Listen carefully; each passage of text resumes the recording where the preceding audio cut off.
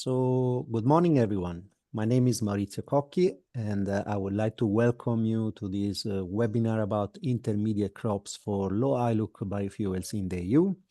This is organized by the European Technology and Innovation Platform for Bioenergy. We will have 5 presentations this morning. Before I give the floor to the moderator, I would like to give you a few housekeeping rules and information. So the webinar will be recorded, and the video recording together with the slides will be available early next week on the web page, on the website of ETIP Bioenergy, and we'll send also reminders. Please feel free to post your questions on the question and answer panel that you find in the bottom panel of your Zoom, preferably on the question and answer panel, not on the chat. Last point, we will have a short feedback questionnaire at the end of the webinar that will be launched through Slido. So you will see a set of slides at the end of the webinar with a QR code. Please do use the QR code and let us know what you think about this webinar. So with this, I leave the floor to our moderator, and I'm happy to introduce Panoutsou. She is the chair of Working Group 1 of ETIP Bioenergy, working on biomass supply and availability. And I leave the floor to you, and hope you will enjoy the webinar. Poppy, the floor is yours. Thank you, Mauricio. Thank you, everybody, for joining us this morning. I have the pleasure to chair the working group on biomass availability and supply of the European Technology Platform on Bioenergy. And this morning, we aim to shed some light and provide context and insights for the role of intermediate crops as feedstock for biofuels in EU. All of you, or most of you, are aware of the recent activities also from the European Commission accepting them as feedstock for aviation.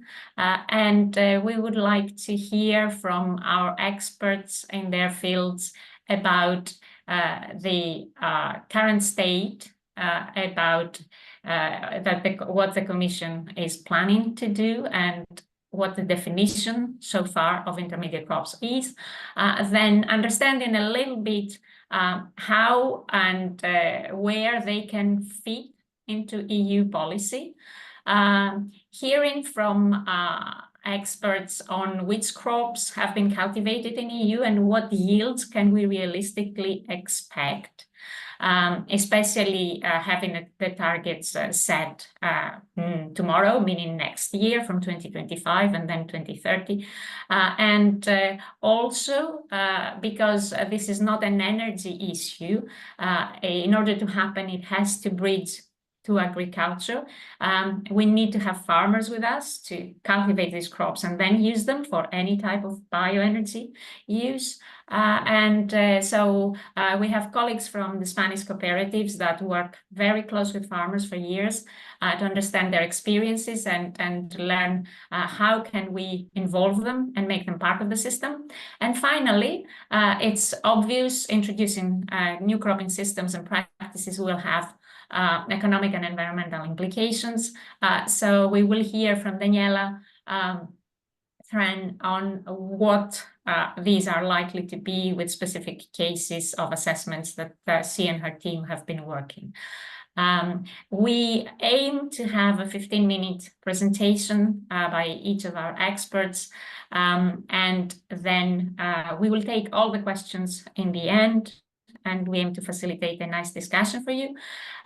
Should we not have time to answer all your questions, please feel free to keep them and directly contact the experts, or we will provide you the answers as a follow-up. And again, thank you very much and enjoy the webinar.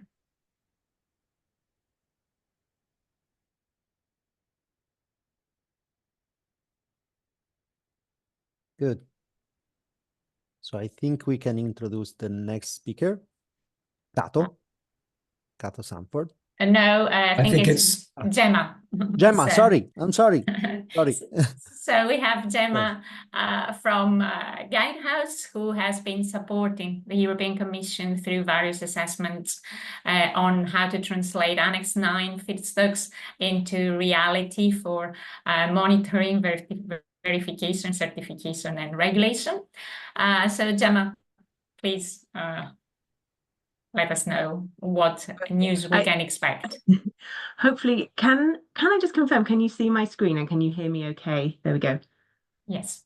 Yes, perfect. Yeah, nice moment for my mouse to completely freeze and I couldn't get myself off video, but there we go. Hopefully we're going. Yeah, good morning, everybody. Thank you, Poppy, for the introduction and for the invitation today. I will not give a 15-minute presentation. I will just give a very, very brief introduction. As Poppy said, obviously, well, we all know intermediate crops are included now in Annex 9 of the Renewable Energy Directive. So I just wanted to give a very, very brief introduction, context for the talk today. So what is that definition, and what are the Commission doing? So I should say, so my name is Gemma Toop and I'm from Guidehouse. We are a consultancy and we're supporting the Commission in some of their work in this area. So just as an introduction, as I'm sure you will all be aware, back in March, the Commission adopted the list of new feedstocks, which will be added to Annex 9 of the Renewable Energy Directive, so the list of so-called, I guess, advanced biofuels. Intermediate crops, you can see highlighted here on the slide in green, actually are included in Part A and Part B of the annex, and as you will know, there's some differences. There are some specific sub-targets for Part A fuels and some limitations on Part B fuels, but intermediate crops are included in both, and the main difference there being if they are included in the aviation sector, they can be counted in Part A, and if used in other transport sectors, they can be included in Part B. And I also just wanted to take a moment, I guess, to look at that definition, because it will be important to have in the back of your mind, I guess, through all the presentations this morning. So intermediate crops here are defined as catch and cover crops grown in areas where, due to a short vegetation period, the production of food and feed crops is limited to one harvest. And this is really important, I guess, and provided their use doesn't trigger demand for additional land, and that the soil organic matter content is maintained. So there's a few elements to that definition. It's quite you can see compared to the other feedstocks in Annex 9, it's quite a lengthy definition. And so you may be relieved to hear the Commission is planning to provide some more additional guidance, or at least a bit further explanation to define some of those feedstocks, actually including some of the other feedstocks newly added to Annex 9. They are working on an update to an implementing regulation that was published 2 years ago, back in 2022. The update to that implementing regulation will include some further guidance, and specifically on intermediate crops. I think it will be important for the Commission to provide a bit more clarity on, for example, the practical ways that intermediate crops can show they don't trigger demand for additional land, and that soil organic matter is maintained, and also potentially on whether those intermediate crops can be counted in Part A or Part B, and that is about aviation, but also there is a category of feedstocks already included in Part A called other non-food cellulosic material. And actually there's a potential for some types of intermediate crops to already fall into that category. So I think, there is a bit of uncertainty at the moment about what sorts of intermediate crops would count where and how do you demonstrate that in practice. So we are supporting the Commission to develop that guidance. I'm afraid I can't give you any of the answers today because we're still working on that. But I wanted to at least introduce that we are working on that with the Commission. They're planning to prepare the draft text this year, and it will then be subject to public consultation, then I guess most likely would be next year, that it would be out for public consultation. So and then once agreed, then it would be implemented through, for example, the voluntary schemes. So yeah, do definitely watch this space. And yeah, I'm really excited to hear the discussions today, and yeah, learn a lot to input also into this work. Thank you very much, let you get to Gemma. the content now. Thank you very much, Gemma. We all look forward to see the documentation for the public consultation. We will move to our next speakers. So we will hear now what are the options of these crops fitting with EU policy as low ILUC. And we have Cato with us. Good morning, Cato. The floor is yours.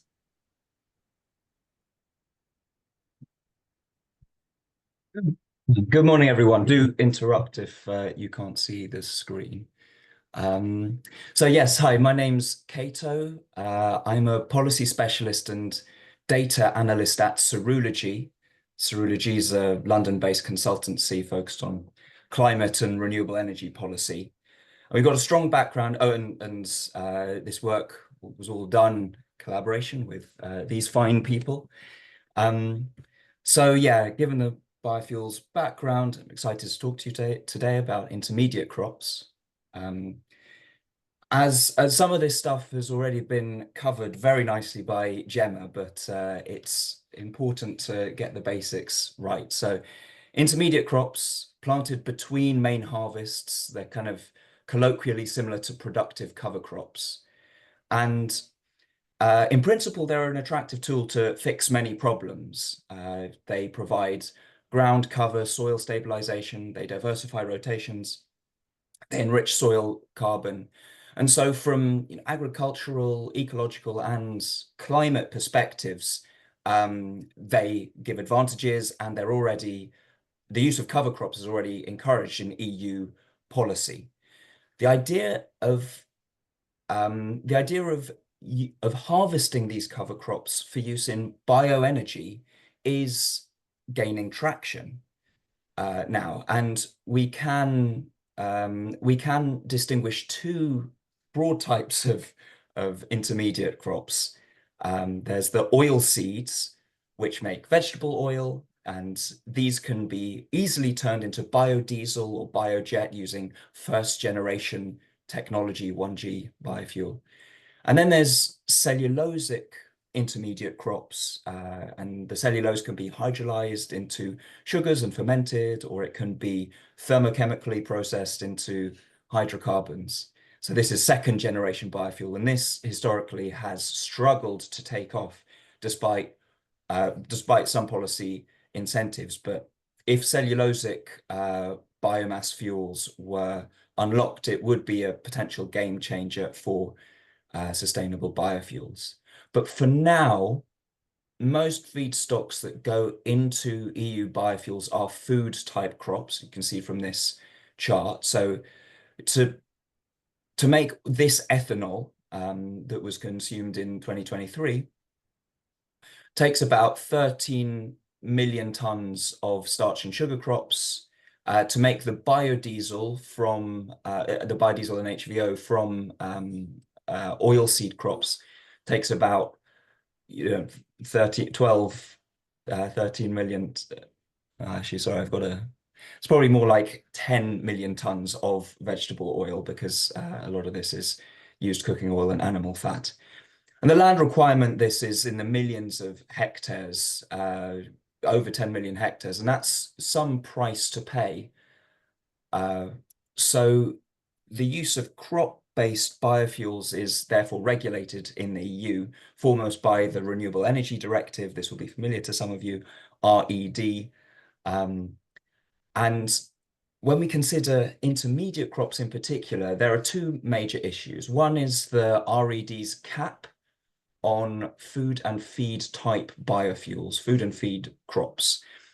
Under certain conditions, which Gemma already alluded to, but I'll come back to them.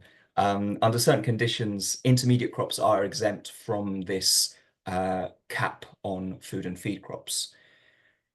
The second major issue in this whole space is that some intermediate crops, as Gemma said, are eligible to be on the RED's Annex 9.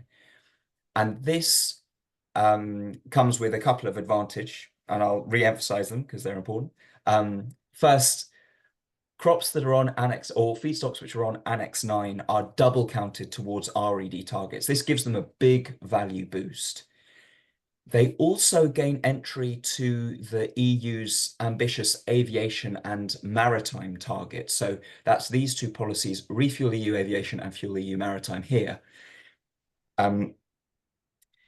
These have quite a narrow definition, narrow scope of what biofuels can contribute, but Annex 9 crops are in, and therefore if an intermediate crop satisfy the Annex 9 conditions, then they're in. And this is a potentially big deal. Now, why might intermediate crops satisfy the conditions to be on Annex 9? Well, it's in part because under the right conditions, they're candidates for avoiding indirect land use change. So indirect land use change, ILUC, is the phenomenon whereby as the biofuel industry grows, the overall demand for crops grows. And so farmers around the world expand their croplands in response. And as a result, nature can suffer. You get deforestation, loss of natural land, and release of carbon stored in soils. The RED and associated policies have now established some mechanisms for avoiding these kinds of impacts called low ILUC risk certification. And this just gives confidence that crops grown for biofuel don't reduce food supply, they don't cause indirect land use change. So, but there are a set of stringent conditions that biofuel feedstocks must satisfy in order to be classified as low ILUC risk. And there are three pathways for gaining low ILUC risk certification for a crop. You can grow that crop on land that's unused, abandoned, or degraded. You can increase the yield of an existing crop using some sort of additional productivity measures. Or you can include a productive intermediate crop into an existing rotation. And this last pathway is about intermediate crops. Basically, in a rotation, you can switch out an unproductive cover crop with a bioenergy crop, make more use of the land. And if this is done in a way that minimizes negative impacts on the other crops, indeed it can have positive impacts on the other crops if managed carefully, then it may be classified as low ILUC risk. It might be certified. A recent paper of ours does a more thorough analysis of low ILUC risk certification and how it could and should be applied. If you want even more discussion about low ILUC risk, as part of the BIKE project, we published a series of policy-focused briefing notes on various topics, including wording of legal texts, innovative farming techniques, overlaps between energy policy, agriculture policy, etc. So if you see a title here that you like the look of, you can check it out on the BIKE website. Back to intermediate crops. The key point is that I already said is that intermediate crops grown on existing cropland can avoid the land use change emissions and ecological impacts of agricultural expansion if using them for biofuels doesn't stimulate ILUC. Meaning the intermediate crop doesn't have an existing use that then gets pushed out into agricultural activity elsewhere, and provided that the intermediate crop, incorporating the intermediate crop into the rotation, doesn't harm the other crops. So who checks on this? Gemma said that the Commission is going to publish some more guidance surrounding intermediate crops for Annex 9. Ultimately, to be recognized under the RED, to contribute to RED targets, the feedstocks have to be certified by Commission-approved certification bodies, and their published documents give an idea of what you have to do to prove that you satisfy the criterion of not stimulating additional demand for land. Similarly, they would assess whether an intermediate crop qualifies as an Annex 9 feedstock. And as Gemma said, to qualify as an Annex 9 feedstock, the intermediate crops must fit between harvests on the off-season and maintain soil organic matter or be grown on severely degraded land. If you have a crop that fits this description, there's a particular advantage to putting it into the aviation sector because here these fuels are incentivized without limit, whereas other fuels with non-aviation intermediate crops would be subject to a cap. Yes. Oh, one point, sorry, that I came back. I knew I forgot something. That the low ILUC risk system, which I already imagined, is already set up to evaluate intermediate crops based on their land use change impacts. And so I think there's a lot of cross-fertilization that could be taken when assessing intermediate crops. There's a lot of cross-fertilization that could be taken from the low ILUC risk system. So I just said that aviation fuels get this sort of specific advantage in EU policy. And this goes with the flow in a sense, because electrification of road vehicles means that liquid hydrocarbon fuels will be most needed in aviation and maritime segments, these sort of long haul segments. And these are the Refuel EU Aviation and Fuel EU Maritime regulations, which let in Annex 9 feedstocks. So, bringing some of this together, if you can produce an oilseed that's compatible with Annex 9, oilseed is something that we know how to turn into biofuel already, you're really onto a winner. And that's illustrated by this graph here, which is based on some scenario modeling that Cerulogy's done recently. It shows demand for lipid feedstocks over time. And as demand ramps up in the aviation maritime sector, we have the used cooking oil and residual fats are constrained. There's a sort of a limit to how much can be sustainably applied. And so the residual, could be supplied by a potentially huge amount of intermediate lipid crops. That's this pink one here. For cellulosic intermediate crops, all cellulosic material is on an equal fitting, so there's no particular advantage to doing intermediate versus perennial grasses or annual grasses, but still they could contribute obviously to the aviation and maritime targets. Still, taking a step back, one problem with Annex 9 as it's currently established is that it includes second generation cellulosic fuels in the same category as first generation vegetable oils. And there's been this long running risk that this could undermine investment in the cellulosic second generation technology, which is expensive, but long term could have a big payoff. There's also a sort of environmental concern that delivering a second harvest is a form of agricultural intensification and comes with familiar ecological pressures of extra irrigation, nitrogen pesticides, disruption of land. And the thing to stress here is that if bioenergy production becomes profitable, farmers might shift their practices to enhance production. So an environmentally benign cover crop model could change slightly if it becomes a moneymaker. Understanding and anticipating these potential downsides is important, even if they seem relatively minor in the grand scheme. And it underscores the need to study which rotations can work with minimal input and where. And I think we're going to hear something about that in the next presentations.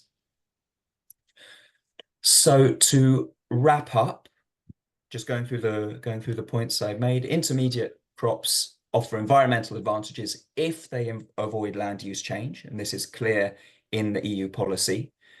If they do that, then they're favoured in EU policy. They get exempt from the Renewable Energy Directive's food and feed cap.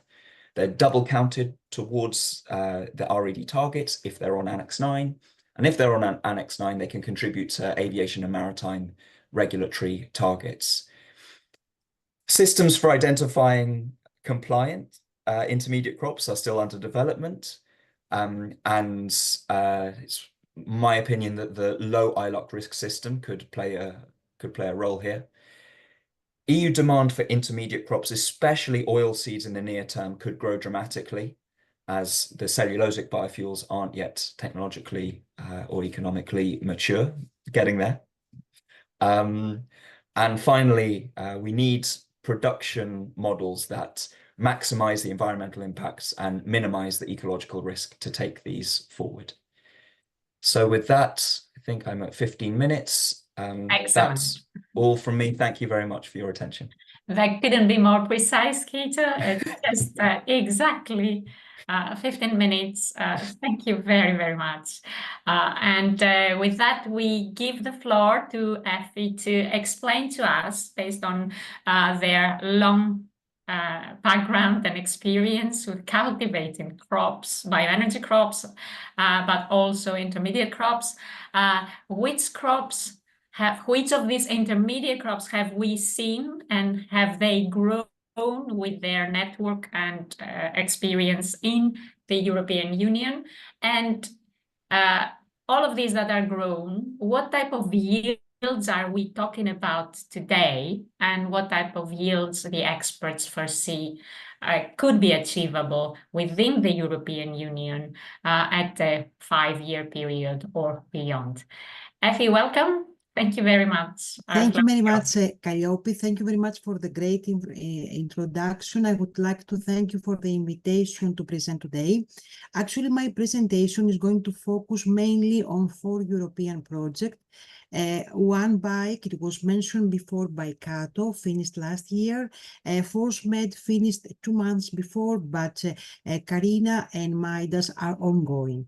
In my presentation, I'm going to focus on all 3 oilseeds crops. And if we move to the next slide, I start, of course, like Gemma, by the definition of the intermediate crops. I'm going to not to repeat that since already presented.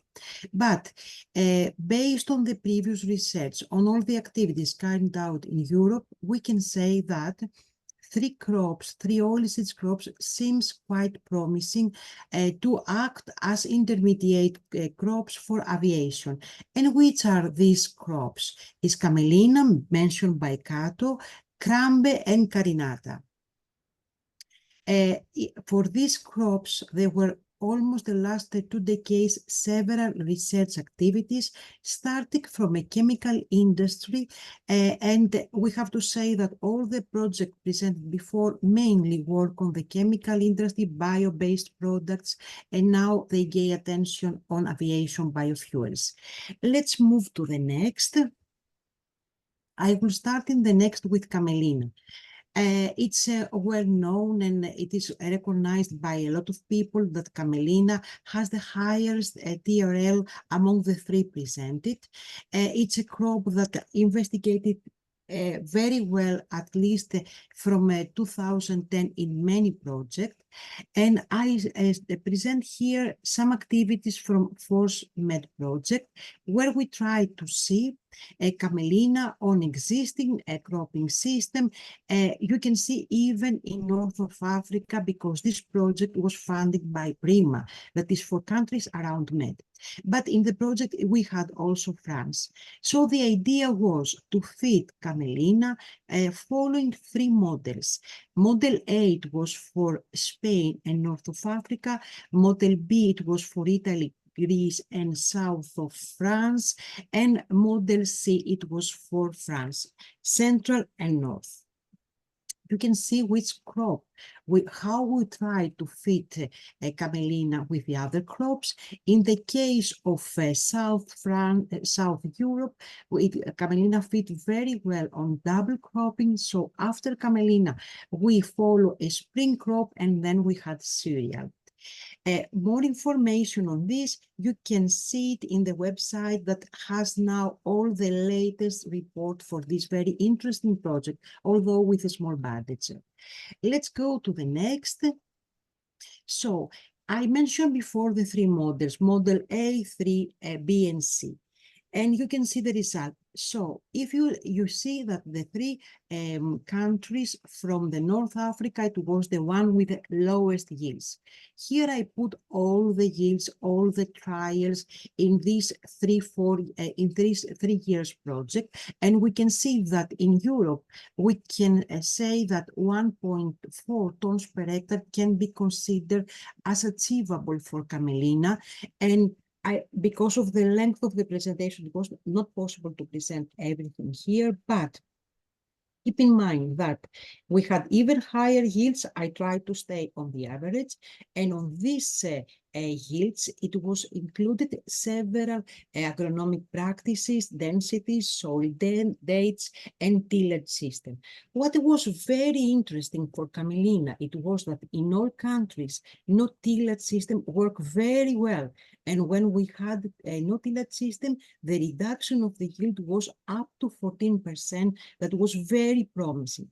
But I have to say, before ForceMed, we had another project, Cosmos, between 2015 and 2019, and there we test many varieties in Poland, Greece, and Italy. This time, the varieties came from Canada, and we can say that even higher yields have been recorded. But in the case of ForceMed, we follow a low input protocol. We try even not to go in the best in the best agricultural areas. And for me, the idea that the result that we were about 1.4 tons per hectare is very important, because we follow a protocol that is very environmental friendly and in relation to the new CAP. So if we move, I forgot to mention, it's okay, I forgot to mention that all the varieties for camelina, for ForceMed provided by Camelina company from Spain, doing a very nice work from the beginning of 2010, provided us several varieties adjusted to our climatic regions. And in Spain, all this year, they have always every year between an area between 5 and 6,000 hectares growing annually.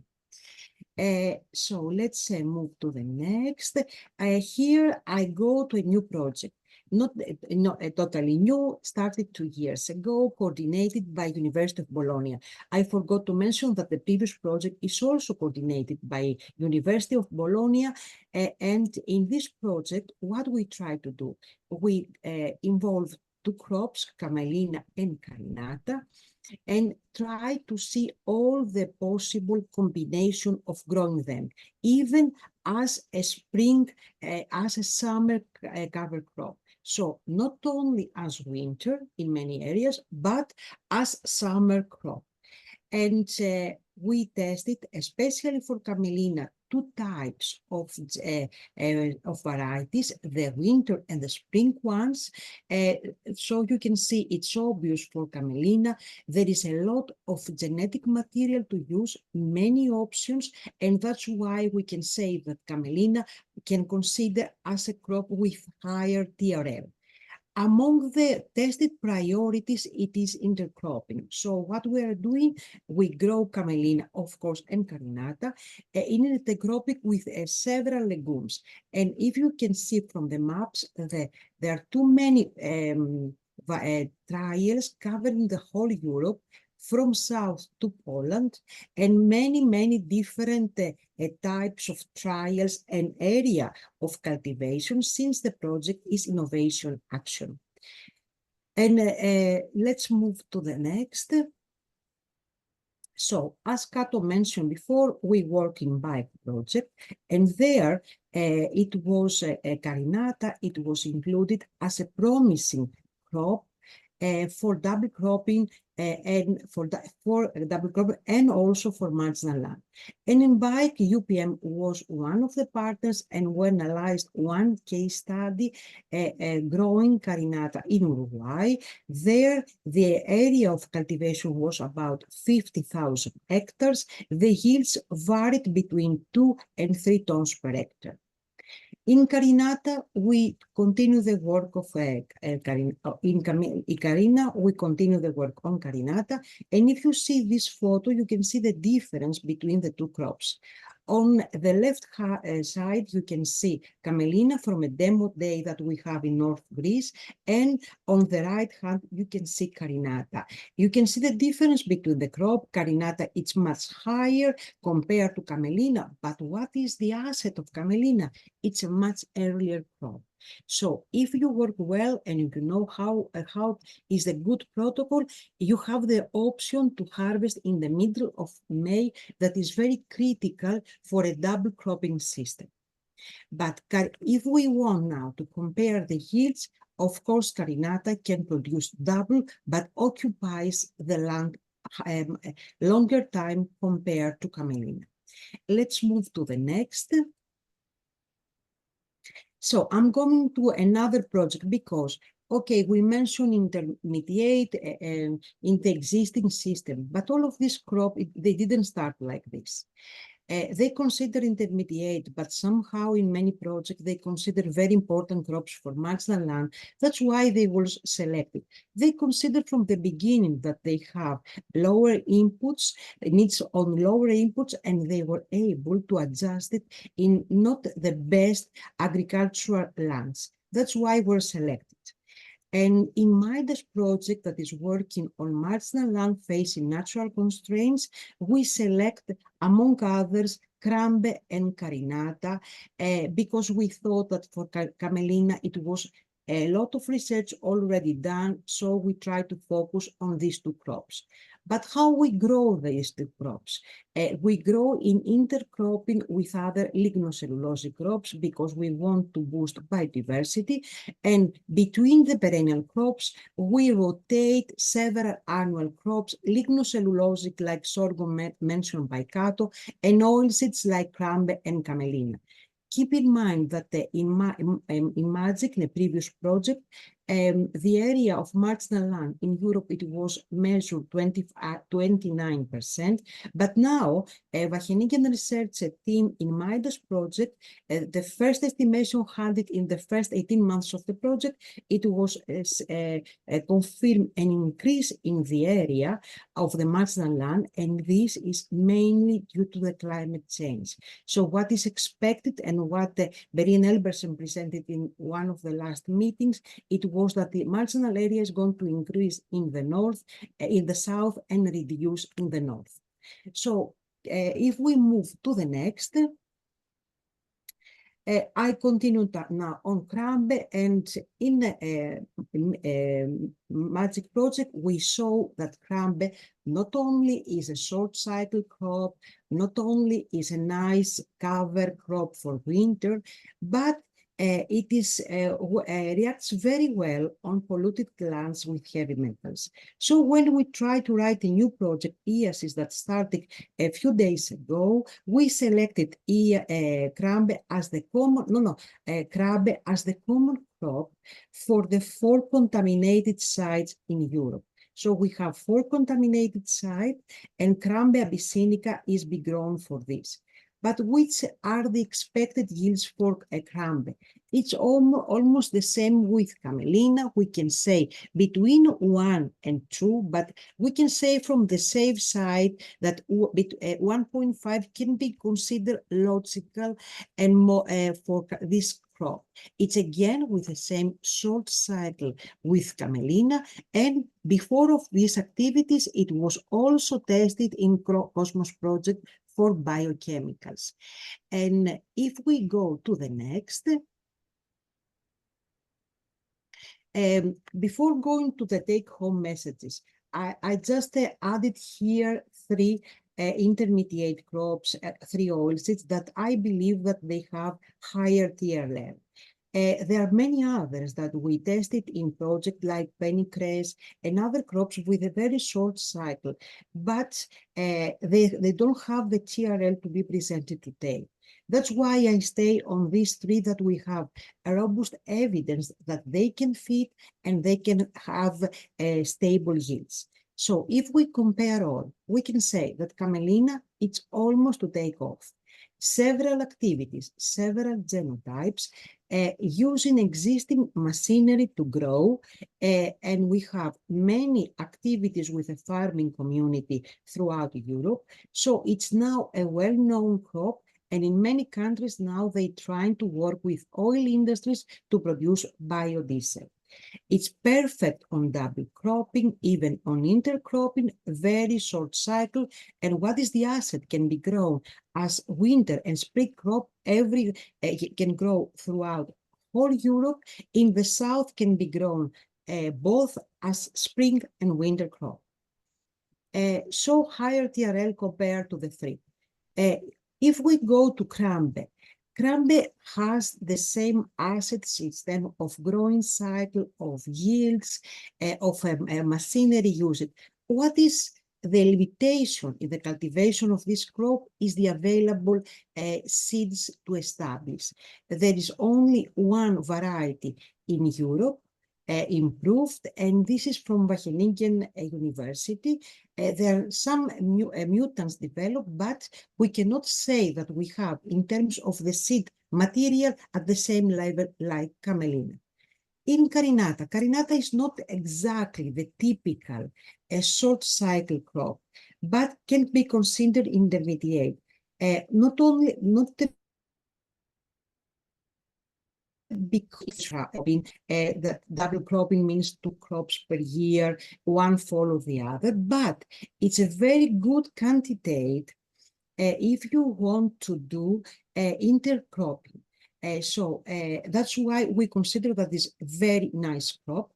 And another asset, almost double yields compared to the other 2. Here, existing machinery can be used, the machinery that the farmers use for rapeseed. A problem that we can see is that the material, the seed materials is not so developed like camelina. Now there is a company in Europe producing very nice yields, very nice varieties, and these varieties is being tested in Carina project. I do believe that in 2 years from now, we're going to have very robust results because in Carina, it's a innovation action. We test every crop in an hectare, more than 1 hectare, every year, and we have more than 15 case studies per year. This was from my side, and thank you very much for your attention. Thank you very much, Effie. That was very detailed and excellent. We will, as I mentioned, I'm sure there are many questions. I can see questions on the Q&A, but we will make sure we respond to them towards the end of all speakers. So we will follow with having heard from Effie which crops where they have been cultivated and what yields we can expect under which practices. We will now have a follow-up from our colleagues from the Spanish cooperatives to talk about the farmer. So good morning, Pablo, and welcome. We're talking about crops, and we are all very focused and biased from energy, and we're talking, oh, these are good for Annex 9 because they fit in aviation, they fit here, they fit there. But actually, in order to have these seeds and the yields that Effie presented, we really need to have them grown, and we need to grow them at scale, which is something that only farmers in Europe can do. So we would like to hear your experience, because I know you've been working with Spanish farmers for many, many years. Yes. So the floor is yours. Thank you, Poppy. Well, good morning. I'm going to share my screen now, as I have prepared some slides. I hope you can see it now. I'm going to put it in full screen mode. Okay, so as Poppy was saying, well, you have a completely different perspective, I would say, probably from the one that the farmers have. I will start introducing both my colleague Juan Sagarna and me, Pablo Fernandez. We work at Agri-Food Cooperatives of Spain, which is an organization that represents the social and economic interests of the Spanish agri-food cooperatives. We also work at both at national and European level through our connection with the Copa Cogeca. Well, one of our main objectives, let's say, is to provide our cooperatives and their farmers with new alternatives in order so they can diversify and adapt to the climate change challenges. So as you also might have suffered in these last couple of years, we are experiencing every year higher temperatures, very stressing droughts in Spain, at least, and in fact, well, many farmers they were not able to harvest at the end of the season in these past years. So this is a problem that we need to overcome somehow, and in this way, here at Agri-Food Cooperatives of Spain, we are involved in several European projects, such well, in this case, I'm going to share our experience from the Forcimet and the Carina projects, which were introduced previously with by EFI, since we have been collaborating with her and Poppy in these last 10 years. And well, I will say that these European projects have allowed us to put in motion several field trials with farmers in real conditions. I think I'm sharing. Yes, so I will switch. Sorry Yes, for this. please. Yes. I just Now it works. thank you. Okay, I'm going to move to the first slide. Yes, and this is how we usually set this our involvement in these European projects, trying to engage our cooperatives and their farmers to try to test these new crops, such as the camelina and the carinata, in their plots. Here we see an opportunity for, as you may know, in Spain we have plenty areas with marginal lands, especially those with semi-arid conditions. So farmers are in the need of new alternatives, more resilient crops that can provide cover to the soils and also an extra cash flow from them.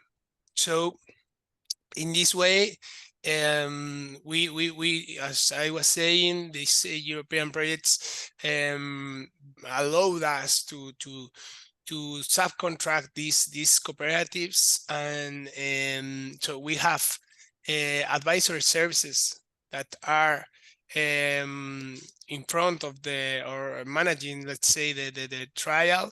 But it is also very important that we usually involve members of their own cooperative to lead these field trials, so they can later share their experience with the other members and discuss and also solve all the questions and concerns that they may have. This is one of the key messages that I will also stress at the end of our presentation.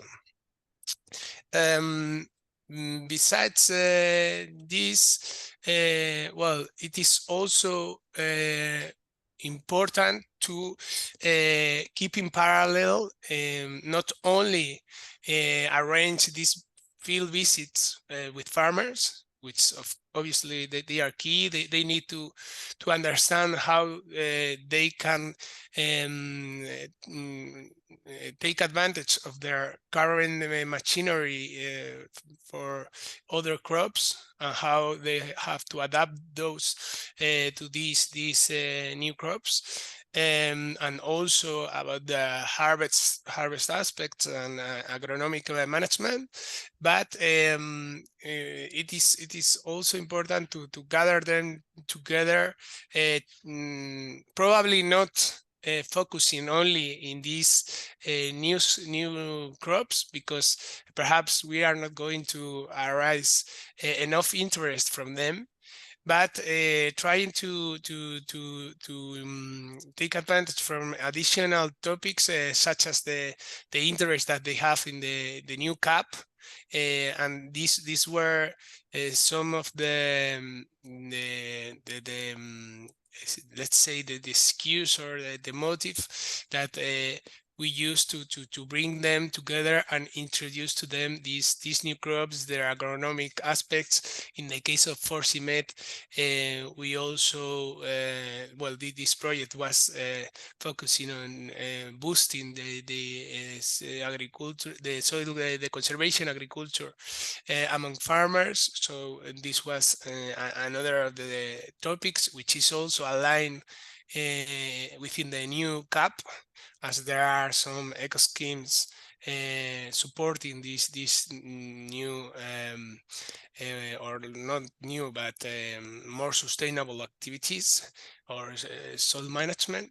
So yes, in these pictures you can see how we have been working with farmers. Another key aspect is that in these projects we have set a very close collaboration with the seed providers. In this case, in the case of the cooperative Alcamancha, we had the field trial with Camelina. So it was Camelina company, the seed provider that was also attending all these workshops and the field visits with their expert advice. And this is something very, very important. Okay, we have the ability to gather farmers. We can introduce to these new crops, but they are the experts, and they must be, or a collaboration must be set. So if we want to show them the real value of these crops, and of course the seed providers are really interested that the crop will be harvested, can be harvested, and it get to the final point in good shape, let's say. So this is also key for our collaboration. In Carina project, well, we said these so named lighthouses, and here we have established not only a collaboration with companies such as Camelina company and also regional agricultural institutes such as IMIDRA in Madrid, for instance, but with our regional federations of cooperatives. So these allow involve other farmers than those of the cooperative, which is collaborating in the field trial. So in some way we can scale up and offer in all the Spanish regions where these trials are taking place, the possibility to those farmers interested in diversifying their rotations, the possibility to attend to these field visits. Well, just very quickly, I will show some pictures. I don't want to stop here. We have set many lighthouses in Spain, especially here. This is one of the field trials that we have set the previous year with Carinata, again replacing fallow lands in marginal lands with semi-arid conditions, precipitation lower than 200 millimeters. And yes, it was really interesting to go there to the field with as many farmers as you can see in the pictures. They were all from the same cooperative, and in this case, this season, the Carinata suffered on late April and a frost event during the flowering, and that was really shocking for the crop. Even if till that point everything went really good. So the farmers, they suggested to please try in this new season and test 2 different sowing. And this is how we are going to do it. Okay, we want for them to get involved and to have a word on how we are designing the trials, and also they have the experience and some suggestions that we should take into very serious consideration. Okay, well, and in both cases, here in Carinata, we are also collaborating with Newseed, which is the other seed provider for Carinata seeds. And yes, we are following the same scheme, and it is this is crucial. They are interested in introducing this crop, so they are performing a very detailed follow-up of these trials and the questions of our farmers. So I will just summarize some of the key aspects that we have learned through these experiences, and then my colleague Juan will also add some key messages. As I said, it's very important to involve some of the cooperative members to in these field trials, to lead them and to share their experience with other farmers, and also the seed providers, such as the example of Camelina Company and Newseed that I was raising. And it is also important to consider that farmers are not going to, or they may be more reluctant to test if there are no some funds granted for them. Okay, it's a new crop, they don't know anything about it, and there are a lot of risks, and somehow we need to diminish those, so so they can be involved with more encouragement, let's say. And yes, it is also important to create those discussions and to bring them together in workshops, so they can understand the benefits of these crops, which are their markets, and the economic profit that they can get from them, because in the end, this is their main concern. well, I don't want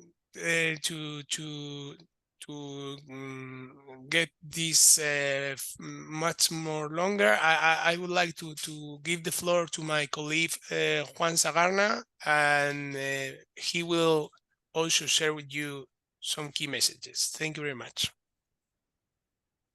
Thank you, Pablo. Hello, Juan. Hello, Poppy. Thank you all. Yes, after our experience in the recent project, Karina, and considering that we have worked with some of you on several projects focusing on these aspects, we would like to give our current thoughts about this issue.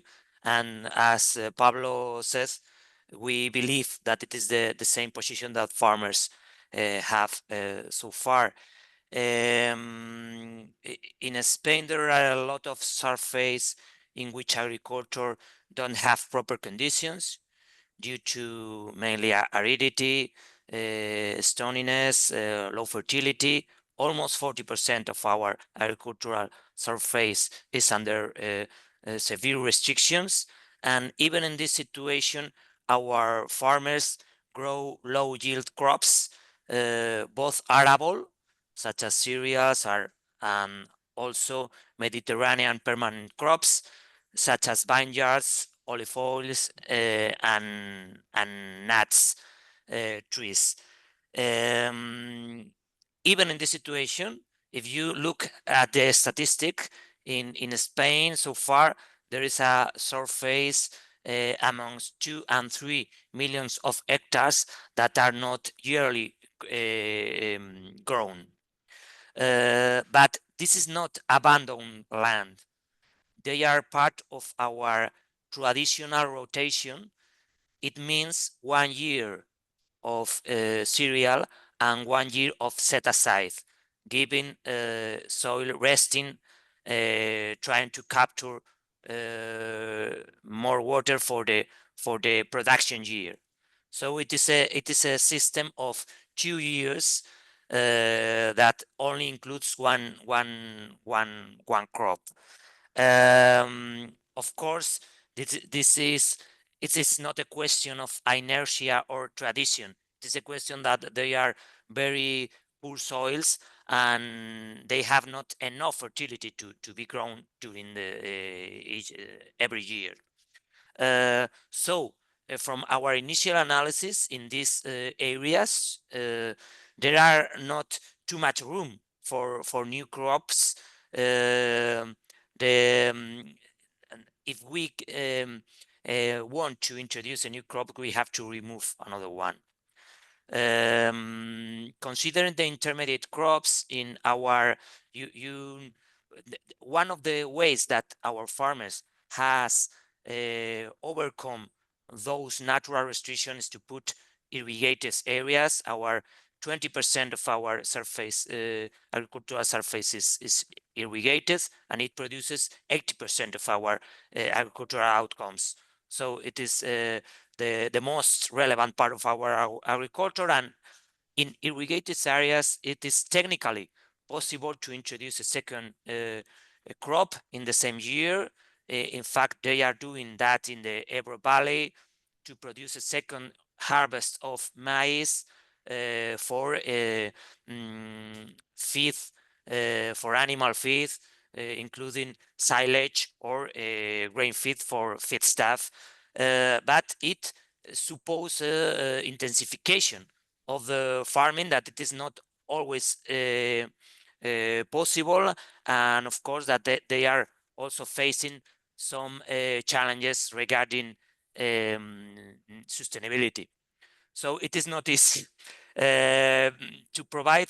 I am finishing, Poppy, don't worry, only a couple of phrases else. To provide new solutions, we need 3 things: new varieties, more adapted to energy purposes, and not to use the ones that had been developed for food uses. A much more great effort from energy sector for a large and costly implementation of this new system. it is impossible that it will be easy. Okay, and the three things is that the farmers are not going to take the risk. In Mediterranean countries, maybe the best option is to use oil crops in association with permanent crops, with current olive, vineyards, fruit trees. We have we can introduce cover crops in these areas that you know that usually the soil are naked during the whole year, and maybe we can introduce these kinds of crops, considering that they are going to affect the yields on the main crop.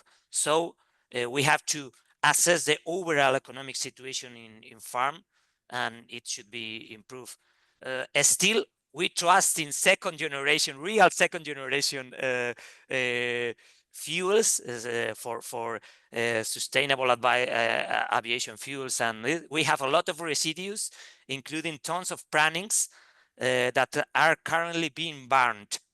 Okay, so we need a much more great effort from the energy sector in terms of money, in terms of resources, to mobilize the enough solutions for these overwhelming barriers that we face so far. So thank you for your attention, Poppy. I hope thank you very, very much. These were very valid points. This goes down to money and risk, if I may say, for the farmer, and fully share the fact that farmers cannot take the risk for everything. They already carry the risk for food and feed. They cannot carry energy and bio-based materials as well on their backs if they are not backed properly by the industry. And because we're talking money and economics, I would like to thank Juan and Pablo, and welcome Daniela, and she will give us a glimpse of what economics and environment mean for these crops. Daniela, the floor is yours. Thank you very much, Poppy. I'm going to share my slides and start with the presentation.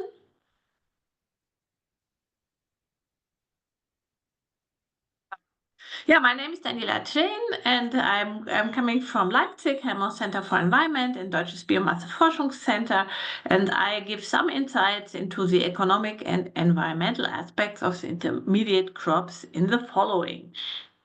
And if we talk about economic and environmental aspects, we of course talk very much about greenhouse gas emission reduction, because this is the main reason why we switch from fossil to biofuels or to renewable fuels in all the different energy fields.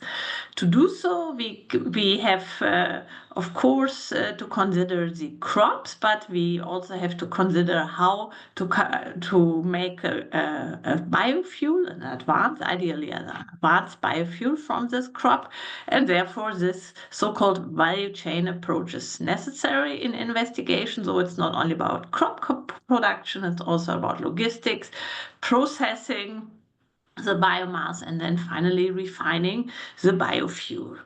And the central target for this, let's say, effort is to come up with efficient greenhouse gas emission reduction, and this means there should be a reasonable greenhouse gas emissions from switching to this intermediate crop-based biofuels. We should have, let's say, reasonable production cost for these biofuels, and this both together then ideally lead to, let's say, reasonable or least costs of greenhouse gas mitigation. So, and I will just give you some insights on these greenhouse gas mitigation costs on intercrops, but I will not go into the oil strength. I go to the to another strength. And then it's always a question, if we have this information, what are our greenhouse gas mitigation costs? It's always a question with what should we compare?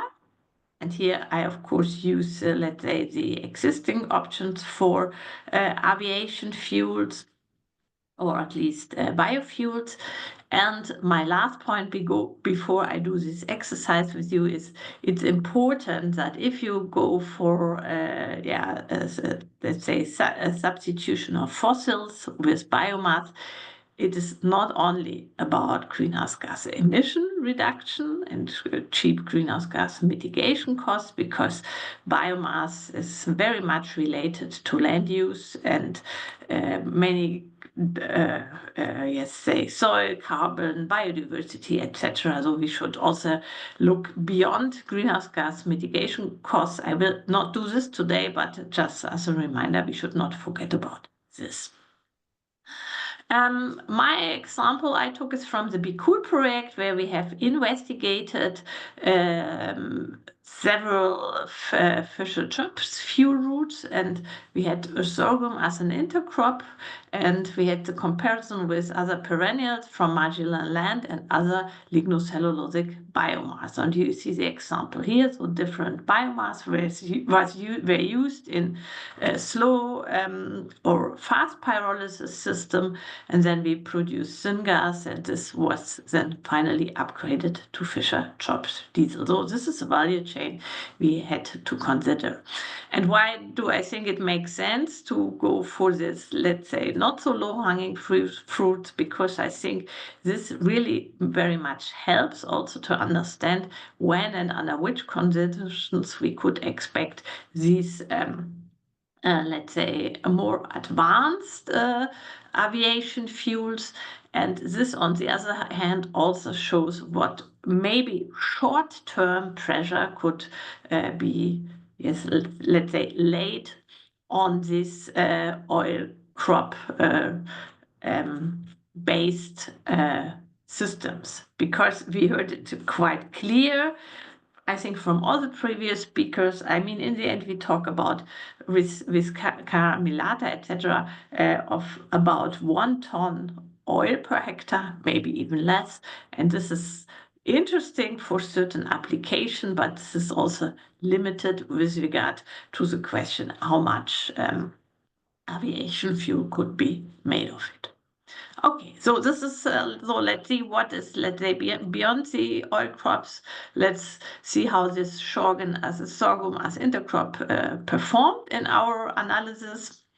And I have also a second important thing, as we have seen, there are many more intercrops in discussion, but I would also make you keep in mind that worldwide the intercrop terminology and also application differ. So with all kind of regulation, we should make sure that it's also, let's say, applicable with the international understandings and might not lead to side effects. So here are our results now. I show you the greenhouse gas emissions, biomass, which was processed via the millennia gasifier and then produced to fisher chops fuel. And what you can see here is you have the cultivation part, you have harvesting, and then the fisher chops gasifier or effort as the 3 main input inputs for greenhouse gas emission, and then you get the credits from land use change, or the not land use change, and the credits from the heat. And so in the end you end up with about 10 gram CO2 per megajoule, which is quite a reasonable result. However, if you go, for example, with giant reed for marginal lands, you see other perennial systems might perform a bit better here. So they come up with something between 1 and 5 megagram CO2 per megajoule. And this is then how it, in the end, if you look, for example, for other gasifier could end up. So we are here, we had other examples with sorghum coming up more to 2025. And with these numbers, you are still, yes, quite well with regard to the greenhouse gas emission reduction. However, also here you see the other lignocellulosic system might have some better performance. Then I come to the costs. And here I took the example with a fast pyrolysis system, and you see for the cost, you look for all kind of costs, capital costs, consumption-linked payments, operation-linked payments, and then the revenues, and come up in the end in the life cycle cost in euro per tons. And you see here that with this sorghum related biofuels, you end up with somewhere between 2 and 3 euros. And bringing all the results from our Be Cool project together, you see, hopefully, no, sorry, you don't see it here. Here it is the sorghum route with the fast pyrolysis and also with the Milena route. So they are very close together. And you can expect finally Fischer-Tropsch costs of about 80 to 100 euro per gigajoule. And if you compare this, for example, with the giant red or also with the eucalyptus we have investigated, then you see the costs of these intercrops are, yes, let's say in a range with the other options. And of course, fuel diesel is much cheaper, and you see also the literature shows you a broader range of information. However, we took our results and then brought this into this picture. What about the greenhouse gas mitigation costs? This is here. And you see you end up with about something between 350 and 400 euro per ton CO2 equivalent, which is a quite still high number and clearly shows that this is not the let's say the first option if substitution of fossil fuels is intended. We also see here that in any case, this is a terrestrial acidification potential, and you see that in those cases where you go for additional farming, as we do it for sorghum, but also for giant wheat too, you have additional let's say threats to the environment. Here's the acidification, but there are also environmental aspects which are just from the additional input for farming are need to be considered. So finally, we compared our results with the BTL fuel or the bioethanol. And again, you see here with the sorghum, I showed you we are somewhere in the middle of the Be Cool advanced biofuels approach. And it's more compared to what is available in literature. These are not the cheap options for greenhouse gas mitigation, but now much better understood. Again, here I would underline again that there are many more intercrops in discussion in Europe and that we have worldwide different intercrop process. We should not forget this when thinking about how to adjust the Annex 9 and 10. So this brings me to the conclusion and outlook. I tried to show that the economic and environmental performance of intercrops advanced biofuels need consideration of the whole process chain. And here we see for at least lignocellulosic crops, the gasification routes, which comes along with relevant additional, I forgot to say this, additional investments in gasifiers and those systems. So this is really a decision to consider. In the Be Cool project, we could show that the greenhouse gas emissions, the production costs, and the mitigation costs from the sorghum as an intercrop is in a comparable range with other advanced biofuels. There are no stronger pros or cons here.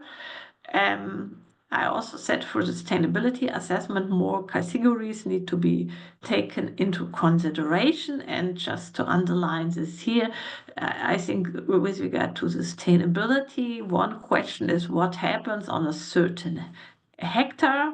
And I think here the previous speakers really showed that there are very good and promising, let's say, effects on this in this investigations, also of the more oil crop based systems, but sustainability is also hardly affected from the question what happens when I scale those systems up. And here again, with expected fuel yields from, let's say up to 1 ton per hectare, you see there could be easily a massive effect from upscaling.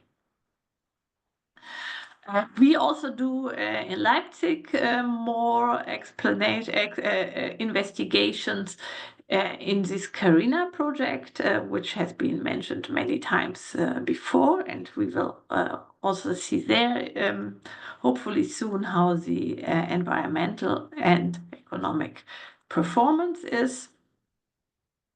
And I said it already, in the end, the big question for the intercrops is what will be the scale up? And just to underline that here we are not, let's say, we do not start on a white paper. We are already in many let's say pressured, many systems under pressure. I thought maybe it's also a kind of a remark to show this development of the planetary boundaries. Of course, this is globally, but if you see what happened over the last 15 years, is that the pressure on especially our land, the pressure on the climate system has been increased, yes, but also and especially the pressure on livelihood system and on the biochemical flows like phosphorus and nitrogen. And so scaling up is also always an issue of how many hectares do we really can bring into the system sustainably. With this, I would like to thank you very much, and I hope I could at least contribute a bit to the very important discussion on the low ILUC intercrop biofuels. Thank you. Thank you very much, Daniela, and thanks everybody for being with us. Maurizio, I'm mindful of time. Do we have many questions unanswered? We have several questions answered, particularly by Cato. Thank you. Excellent. We still have 7 questions in the panel, but I think we can boil them down to 3 main topics. Okay. One is about the oil yield of the oil crops and the quality. Another one is the effect on the soil, on the soil health of these crops, if we have experiences and evidence about the effect on soil health. And the last one, particularly for the Spanish case, about how the resilience of these crops in case of water stresses during their growing season, how they cope with water stresses and water shortages. So I think maybe, I don't know if Hefi would like to say something about the yields and the effect on the soil, and Pablo, maybe Okay, the for last the one. yields, I mentioned in my presentation that for camelina and crabbe, we can say that we can secure 1 tons per hectare seeds. And considering that the oil content of camelina is 40%, you can estimate the oil yields. And for crabbe, it's less than 40%, but around between 35 and 40%. For carinata is again 40% oil content, but the yields now is double. It's between 2 and 3 tons per hectare. In all this cropping system, we try to see the effect of the soil carbon. That's why we take samples during the trials, and what we saw that is the soil carbon was increasing after the application of these double cropping systems. And about polluted land, as I mentioned in the chart, Crabbe was selected as a very good candidate for polluted lands with heavy metals, while camelina and carinata is an excellent choice when working on salinity soils, soils that is a very big issue now, especially for the Mediterranean region. And it was in one of the topics that we're dealing in ESIS.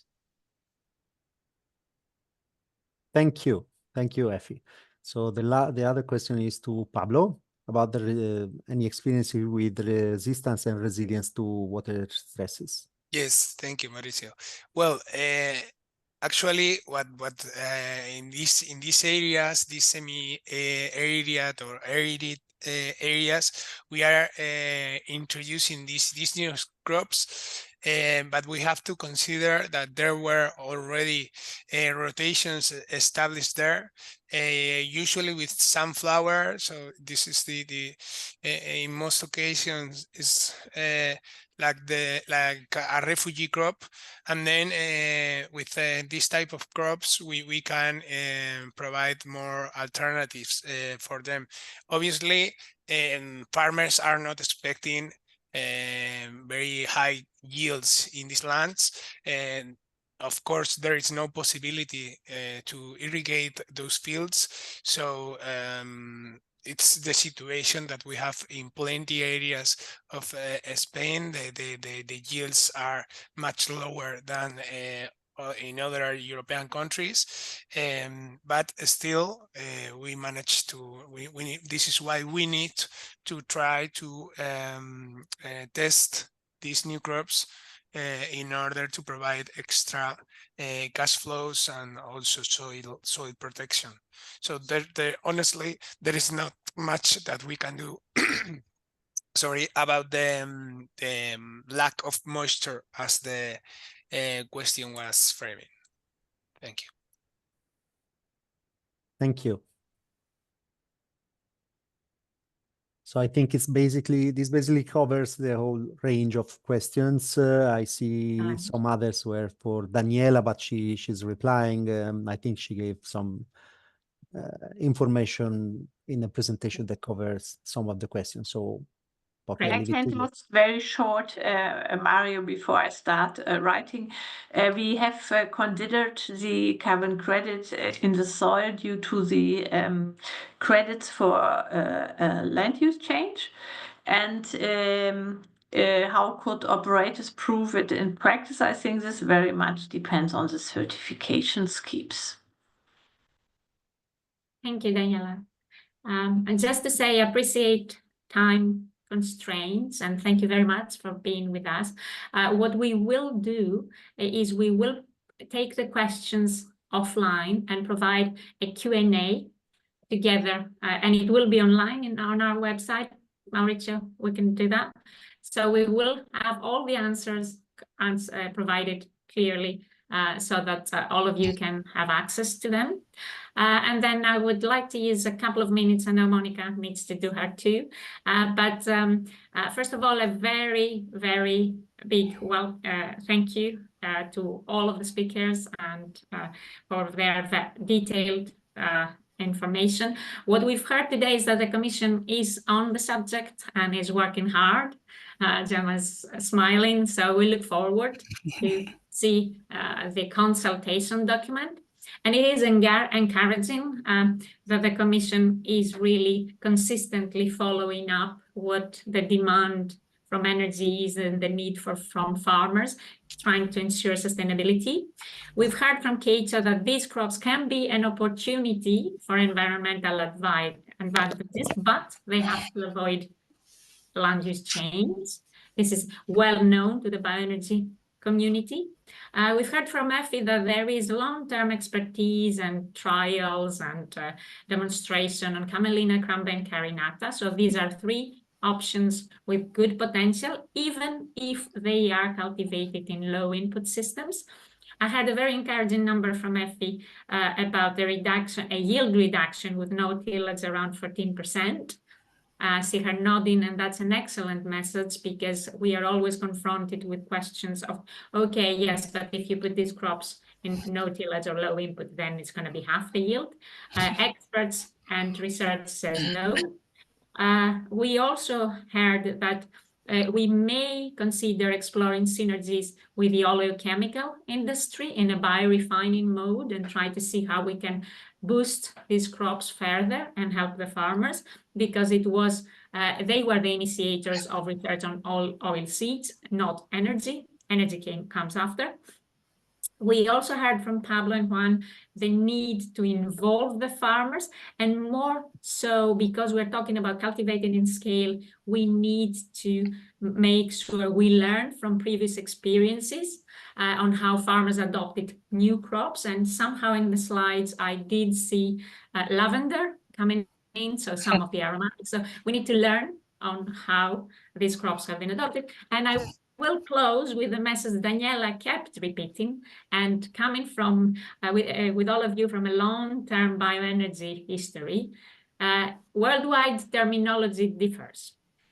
It will be good for the European legislators to understand that they must avoid confusing terminologies, which may then backlash with side effects. So I know it's difficult to be global, but having a consistent terminology that all the world understands, and not being on the side of differences, and then people don't understand what Europe means or what the US means or what Asia means, would be really good to have a harmony, because to meet targets and to bring the farmers, it will already take a lot of years. If we have confusing definitions that don't match, the industry is not going to move as fast as requested. And with that, I see Monica smiling to me. I'm already a minute late. So a big thank you from my side. Back to Monica and Mauricio. Thank you, Poppy. I was actually smiling because I really liked your summary. On behalf of ETIP Bioenergy, I would kindly ask you for your feedback, and I prepared a slide to do so. So please participate either using the QR code, but I will also put the link in the chat, and please help us with your feedback to always improve.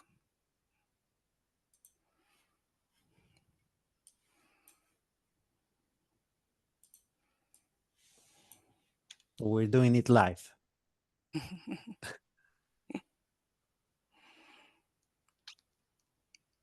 Good. So with this, I think let's give some more moments for the attendees to point at the QR code. And I would also like to thank all the speakers and Poppy and Best for the excellent organization of this webinar. I repeat that the slides and the recordings will be available in a few days on the ETIP Bioenergy website, together with a summary of the answers to the questions that you've provided in the panel. And I can only say that there will be other initiatives from ETIP Bioenergy soon, and you will hear from us again soon. So we had around 80 attendees throughout the whole morning, so it's not bad. It is actually a very delicate and interesting subject, and with many technicalities. So I hope we gave good information to all the participants, relevant information to all the participants. With this, I would like to close the webinar and enjoy and wish you a good day. See you at the next webinar, and thanks again. Bye. Thank you, Maurizio. Please Thank bear you. in mind that the Slido is still open. We still have a couple of questions for you, but thank you, Maurizio. Okay. So should we go for the other questions or? Yeah, I continue with the questions and people are participating, but it's okay. It's okay, Maurizio, no, if you no. want to leave now. I can stay. I can stay. I'm observing the activity, and once people stop typing, I go to the next question.